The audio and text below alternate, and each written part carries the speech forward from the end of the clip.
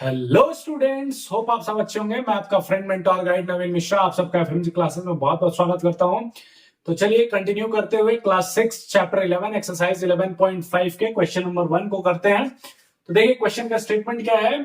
State which of the following are equations. अच्छा, हमें बताना है, ये कुछ एक्सप्रेशन दिए हैं, इनमें बताना है कि इसमें कौन सा इक्वेशन है विथ अ वेरिएबल। एक वेरिएबल के साथ इक्वेशन कौन सा है। Give reason for your answer. अच्छा, ये अगर इक्वेशन है तो क्यों इक्वेशन है उसके लिए आपको रीजन देना है। Identify the variable from the equation with A variable. तो इस इक्वेशन में जो भी वेरिएबल है उसको आपको क्या करना है, आइडेंटिफाई करना है। तो चलिए सबसे पहले आप कॉन्सेप्ट को समझिए कि इक्वेशन किसे कहते हैं, और इक्वेशन के लिए सिर्फ दो कंडीशन है। कंडीशन नंबर वन, अगर आपको कभी भी मिले कोई भी इक्वेशन के लिए दो कंडीशन है। कंडीशन नंबर 1 अगर लिख लीजिए, कंडीशन 1, क्या कंडीशन 1 है कि पहला उसमें एक वेरिएबल होना चाहिए, एटलीस्ट वन वेरिएबल। वेरिएबल से क्या मतलब है, X Y Z M N O, कुछ भी एक ऐसा अल्फाबेटिक वैल्यू हो जो चेंज करता रहे समय के साथ या चेंज करता रहे किसी और पैरामीटर के साथ। तो कंडीशन 1 क्या है, एटलीस्ट वन वेरिएबल होना चाहिए।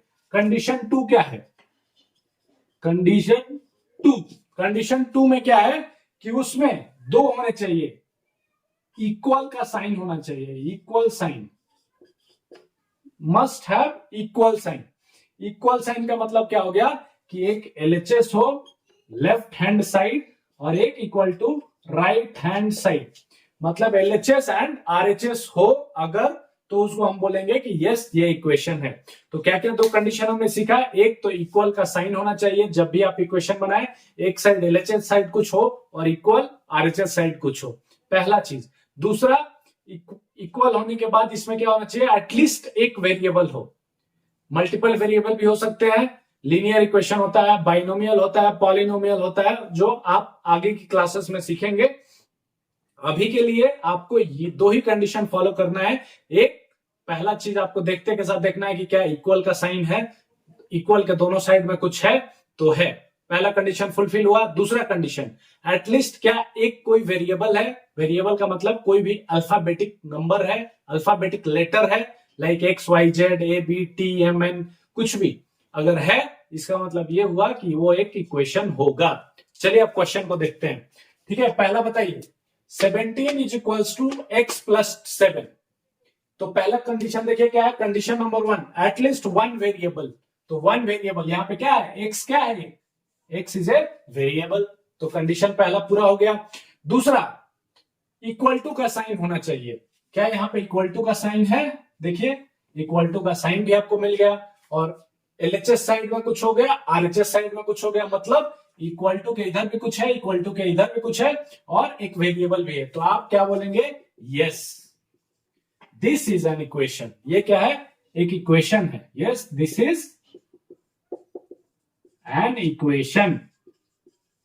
अच्छा, इक्वेशन तो हो गया, लेकिन और क्या बोल रहा है, following are equations with variable. और वेरिएबल को भी क्या करना है आपको, आइडेंटिफाई करना है। तो वेरिएबल इसमें क्या है, X is a variable with, yes this is an equation with variable, variable क्या है, एक्स, विथ वेरिएबल एक्स। ठीक है, क्लियर है आपको पूरी तरह कि इसमें एक वेरिएबल एक्स है और इक्वेशन के दोनों, मतलब इक्वेशन में इक्वल टू भी है, एक एलएचएस साइड इक्वल टू के इस साइड भी कुछ है और इस साइड भी कुछ है। ठीक है, क्वेश्चन में जैसा कि हमने देखा कि टी एक वेरिएबल है, लेकिन यहाँ पे क्या है, ग्रेटर का साइन है, इसका मतलब इक्वल टू का साइन नहीं है। कंडीशन नंबर 2 हमारा क्या हुआ, फुलफिल नहीं हुआ। तो हम क्या लिखेंगे यहाँ पे, no this is not equation. अच्छा, इक्वेशन नहीं है, तो इक्वेशन नहीं है तो क्यों नहीं है, because there is a no equal sign. Because क्यों, क्योंकि नो इक्वल साइन, या आप वैसे भी लिख सकते हैं कि there is no equal to sign. ठीक है, तीसरा चलते हैं।